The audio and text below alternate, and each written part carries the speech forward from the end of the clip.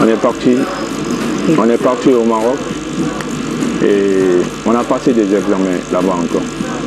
Et les résultats d'ici, c'est parce que le médecin m'a dit au Maroc. Okay. Le médecin au Maroc m'a dit que j'avais rien. Que j'avais rien, mais je ne pouvais pas mettre de chaussures. On a fait des examens, on a tout fait, on a fait de l'écho là-bas. C'est bizarre, c'est ce que je me dis depuis tout le temps, à chaque fois que je suis blessé. Parce qu'à chaque fois, quand tu remarques, chaque fois que je suis blessé, et quand il y a une liste de la sélection qui va sortir, pour que c'est à chaque fois c'est comme ça. C'est à chaque fois que je suis blessé, c'est au moment de la sélection. Et tout ça là m'a un petit peu mis des doutes dans ma tête, quoi. Après, le médecin de là-bas, il m'a dit que j'avais rien. J'avais rien, mais je ne pouvais pas mettre des chaussures, je ne pouvais pas courir. Je suis rentré à l'hôtel, j'ai fait encore les soins, j'ai glacé. 2 jours après, je repars sur le terrain, mais c'était la même chose. C'était impossible. Après, j'ai vu Ousmane Dekazou. Il lui a expliqué que moi, je veux rentrer. Il dit, je ne peux pas rester ici parce que j'apporte rien à l'équipe. Je ne voulais même plus aller à la CAN à partir du Maroc. J'ai parlé et j'ai discuté avec Ousmane. Après, j'ai été dans la chambre du coach. Il m'a dit qu'est-ce qu'il y a, parce qu'il a vu ma tête que ça n'allait pas, quoi. Il m'a dit qu'est-ce qu'il y a. Il dit coach, je veux rentrer. Il me dit pourquoi. Il dit ça va pas. Ça va pas, je veux rentrer parce que je ne sers à rien ici. Il m'a dit non, tu sers à beaucoup de choses.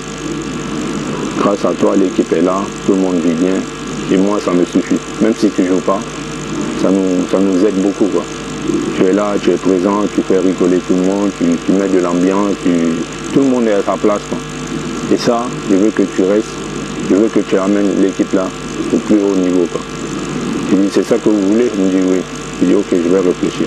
Je suis encore rentré dans la chambre. Tous les soirs, je pleurais sur mon sort. Je me réveillais des fois à 3 h du matin. J'étais dans la même chambre que Aziz. Aziz, il peut en témoigner. Après, le soir, non, quand je suis rentré dans la chambre, 30 minutes après, il y a le staff aussi qui est venu me voir pour me dire pourquoi je veux partir. Je les ai expliqué. Ils m'ont dit reste, nous on sait ce que tu fais pour cette équipe. Il ne faut pas partir, il ne faut pas nous abandonner. Ils m'ont dit même un capitaine n'abandonne pas son navire et tout. Après, eux ils sont partis, il y a les joueurs aussi qui sont venus me voir. Parce que moi j'étais décidé à partir. Les joueurs sont venus me voir, ils m'ont dit ouais reste, grand reste, tiens-toi, nous on va faire quoi? Même si tu ne joues pas, mais en te voyant avec nous, ça va nous motiver encore de plus. Et c'est de là que j'ai décidé de partir avec eux.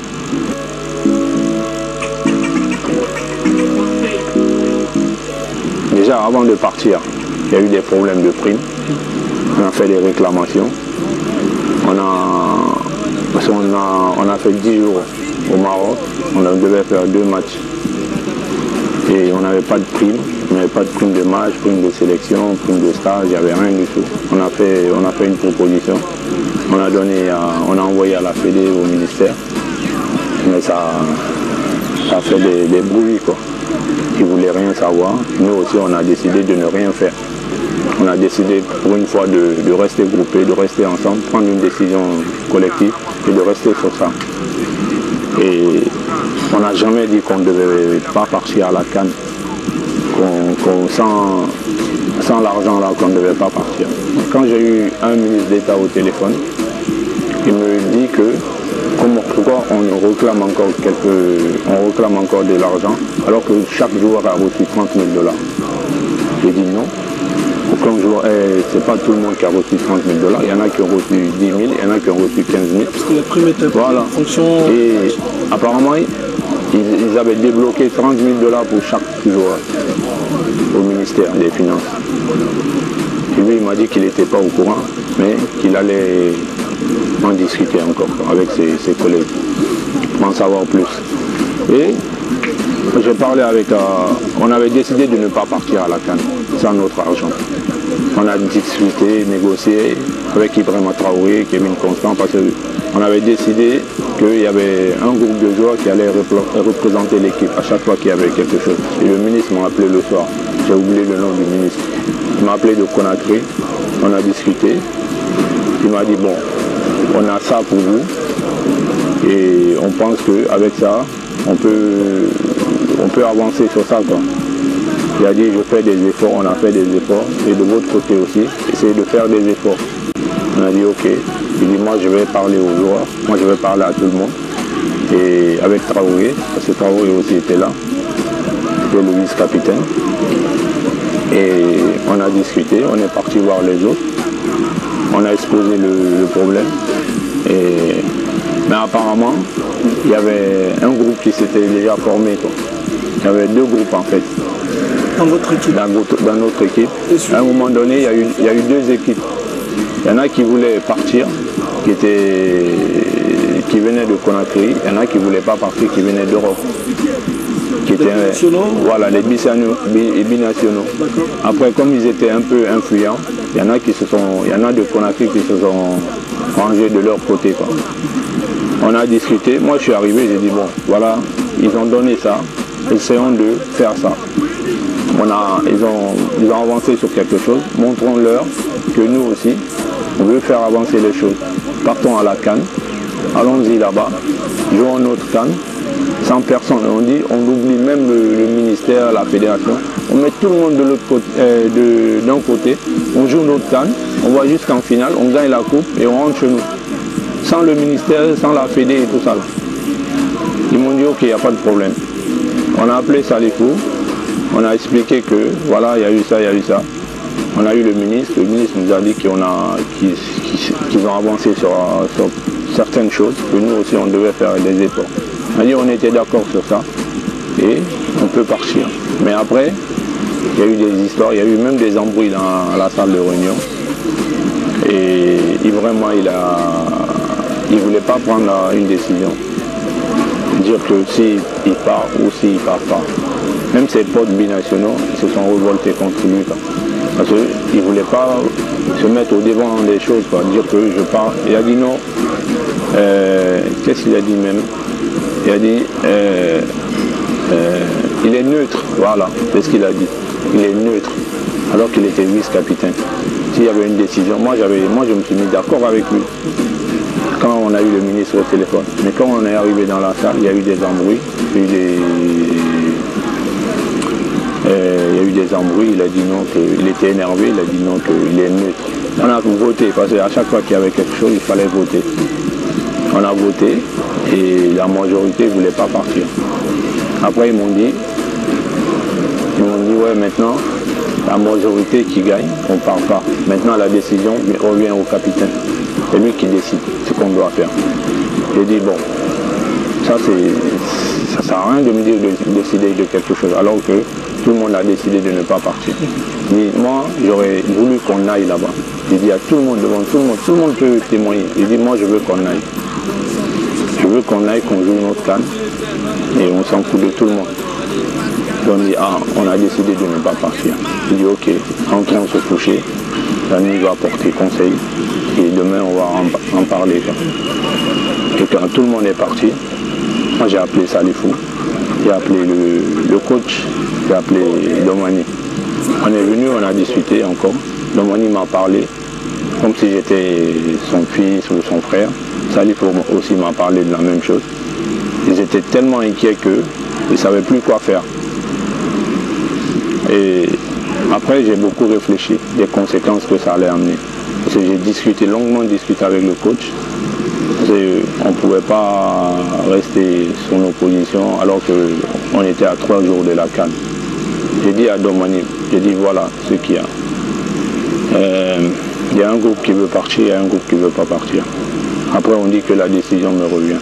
J'ai dit ok, j'ai dit rentrez chez vous. Dormez jusqu'au matin. J'ai dit moi, cette équipe, je vais l'amener à la CAN.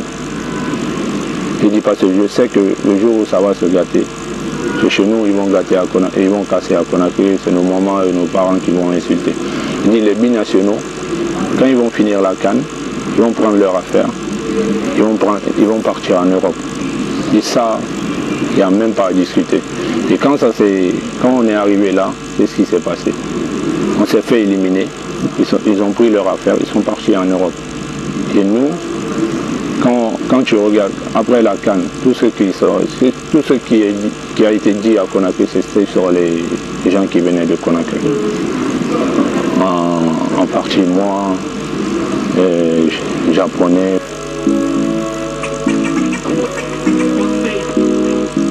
Et le matin, on a pris le vol pour partir. Et même le matin, pour prendre le vol, tout le monde est habillé pareil. Il y a Ibou Traoré qui est venu en short. J'ai été voir Ibou, j'ai dit Ibou, change ton short. Mets-toi en jogging comme tout le monde. Il a dit non, que lui, il ne peut pas faire ça. Il dit tu ne peux pas faire ça, tu es le vice-capitaine. Qui va montrer l'exemple maintenant? Si toi tu ne fais pas ça, quelqu'un d'autre va mettre un short, quelqu'un va mettre quelque chose d'autre, à part nos uniformes. Il dit non, que lui, il ne met pas. J'ai été voir le coach. J'ai dit coach, j'ai parlé à Ibou pour te changer, il n'a pas voulu. Il n'était pas le seul. Il y avait Maïbra, il y avait Deco, il y avait Concole. J'ai parlé à ces trois, ils ont compris. Ils ont changé tout de suite. Mais lui, il n'a pas voulu changer. Je ne sais pas pourquoi. J'ai été voir le coach, j'ai expliqué au coach. Le coach lui a parlé, il n'a pas voulu changer. Comme ça, il est parti. Il est parti habillé différemment que les autres. Et l'embrouille, la seule fois que je me suis embrouillé avec Ibou, c'était à cause de ça. Mais après, j'ai appris dans les journaux que moi, je montais des joueurs l'un contre l'autre, pour l'histoire de capitana ou quoi que ce soit. Jamais, moi, tout ce que je faisais, c'était pour le bien de l'équipe, pour faire avancer l'équipe. Et quand j'apprends des choses comme ça me révolte. Ça me révolte. Et bien avant l'histoire de capitaine, Ibou Traoré, c'est mon cousin. C'est mon cousin, on se parle tout le temps. On se parlait tout le temps. On s'envoyait des messages. J'ai souvent eu ça à un moment. Ça a cessé. Depuis la CAN? Depuis après la CAN, ça a cessé. Je ne veux pas de brassard. J'ai joué, j'ai prouvé déjà avant d'avoir le brassard. Moi, je suis prêt à revenir en sélection sans le brassard. Ce n'est pas le brassard qui me fait vivre en sélection. Ce n'est pas à cause du brassard que je me bats tout le temps sur le terrain. Dans mon club, je me bats tout le temps. Je joue, je donne tout, je me défonce. Mais je n'ai pas le brassard là-bas. Ça prouve que je n'ai rien à voir avec l'histoire de brassard, sans brassard, ou avec ou sans brassard. Moi, je mouillerai tout le temps le maillot pour le Sili national. Moi, je pense que le problème, c'est qu'à l'époque, vu qu'on a... Moi, je dis que les meilleurs éléments qu'on a, ce sont les binationaux. C'était les meilleurs éléments du Sili national. Quand tu prends Ibou Traoré, il joue régulièrement dans son club. C'est quelqu'un qui peut apporter beaucoup pour le Sili national. Après, il y a eu Kevin Constant. Parce que je prends, quand tu regardes leur poste, il n'y a pas beaucoup de choses. Il n'y a pas beaucoup de joueurs qui peuvent faire ce qu'eux ils font sur le terrain. Quand tu prends Ibou Traoré, Kevin Constant, Baïsama, Florentin Pogba, après il y avait qui encore, Razagui. C'est des joueurs qui peuvent faire la différence à tout moment. C'est des éléments clés d'une équipe. Et le coach, ça c'est ce que moi je conclus. Hein. Le coach, vu qu'on n'avait que ça comme joueur, même s'ils font quelque chose sur le terrain, le coach ne pouvait pas trop au clash avec eux pour ne pas les frustrer et que après les remplaçants... Un traitement de faveur. Voilà. Et les natifs de Conakry voyaient tout ça là. Et ça ne plaisait pas à tout le monde. Pendant les entraînements, tout le monde, il y en a qui ne se donnaient pas à fond parce qu'ils savaient qu'ils allaient jouer. Et moi j'étais là, je voyais tout ça là, je ne pouvais pas jouer. Et moi je parlais à tout le monde, j'ai dit, Ibou, il peut témoigner. Je disais, à chaque fois qu'il y avait un truc, Ibou il m'appelait, il me disait, vas-y, viens, va causer aux joueurs parce que ça ne va pas. Même à l'échauffement d'avant-match, il sentait que ça n'allait pas. Et il m'appelait, il dit, viens parler aux joueurs. Tout le monde n'était pas content du traitement que le coach donnait aux binationaux. Parce que pour lui, c'était eux qui pouvaient faire la différence. Parce que quand je prends le cas de Kamano, il pouvait jouer la CAN. Il a prouvé avant de venir. Et aujourd'hui, il le prouve encore. Et que Elo, il a joué devant lui, il n'a pas fait grand-chose. Je ne dis pas que Elo est nul, mais il a marqué un but. C'était contre la Côte d'Ivoire. Mais après, on ne l'a plus vu. Et à chaque fois qu'il y en a qui se retrouvaient sur le banc, et au dépend de d'autres qui n'ont pas prouvé pendant les deux matchs ou le premier match. Et ça amène des tensions dans le groupe. Mais ça ne s'est pas ressenti tout de suite. C'est après l'élimination que ça a explosé. Et même moi qui suis devant vous aujourd'hui, je n'étais pas au courant de toutes ces histoires.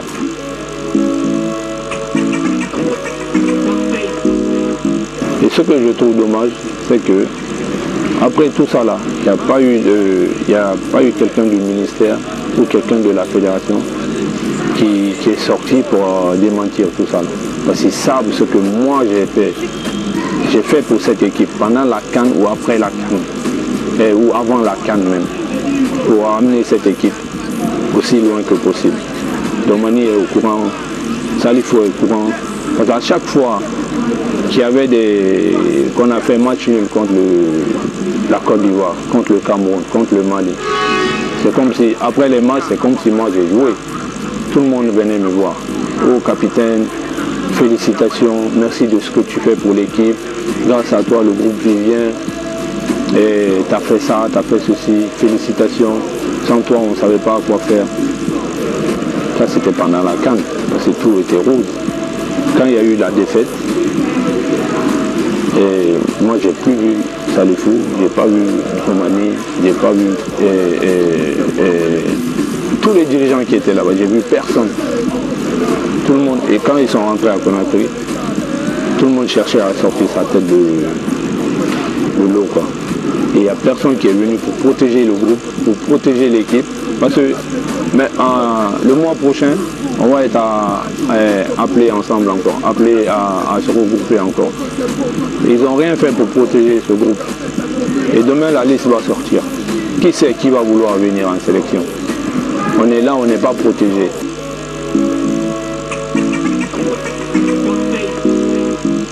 J'ai été tellement surpris par cette défaite parce que la veille du match, on était tous concernés encore. Et je ne peux pas trop expliquer la défaite parce qu'on était concernés, tout le monde voulait jouer ce match. Et que je peux dire qu'en partie, c'est peut-être la faute du coach. En partie. Pourquoi? Parce qu'il a fait des choix que moi-même j'étais surpris, quoi. Aligner Wadol par exemple? Aligner Wadol par exemple, alors qu'il était blessé. Et je peux mettre la faute sur le médecin aussi. Parce que c'est le médecin, c'est le doc qui a donné son accord au coach pour dire que Wadol il pouvait jouer. En 20 minutes, Wadol il était cuit, il ne pouvait même plus courir. Comment est-ce que tu peux dire au coach que le mec il ne s'entraînait même pas, il était dans le même cas que moi, on lui a injecté quelque chose pour jouer et il n'a même pas pu jouer 25 minutes. Le doc a donné son accord au coach de dire que le mec il est prêt. Alors que c'était pas ça. On l'a vu, le gars il a joué quoi, 20 minutes, 25 minutes, alors qu'on avait Kamano sur le banc. Il pouvait jouer. Parce que Hello, il a fait les matchs et c'était pas des matchs de haut niveau. Et Kamano était là, il demandait qu'à jouer. Après, il y a Paille. Le coach a fait des choix que moi j'étais pas d'accord. Mais moi je ne pouvais rien dire. C'est le coach qui décide. Parce qu'à chaque fois, il y a eu des moments que il y en a qui m'appelaient de Conakry pour dire ouais, que pourquoi tu ne discutes pas le classement avec le coach. Je dis mais moi je ne suis pas là pour ça. Moi je suis le capitaine. Le coach met une équipe sur papier, sur le terrain. Et moi je suis là pour diriger cette équipe. Je suis là pour faire le rôle du coach sur le terrain. Et moi je ne suis pas là pour discuter quoi que ce soit pour dire au coach que prends un tel joueur ou mets sur le banc ou prends le joueur là. Et moi ça c'est pas mon boulot.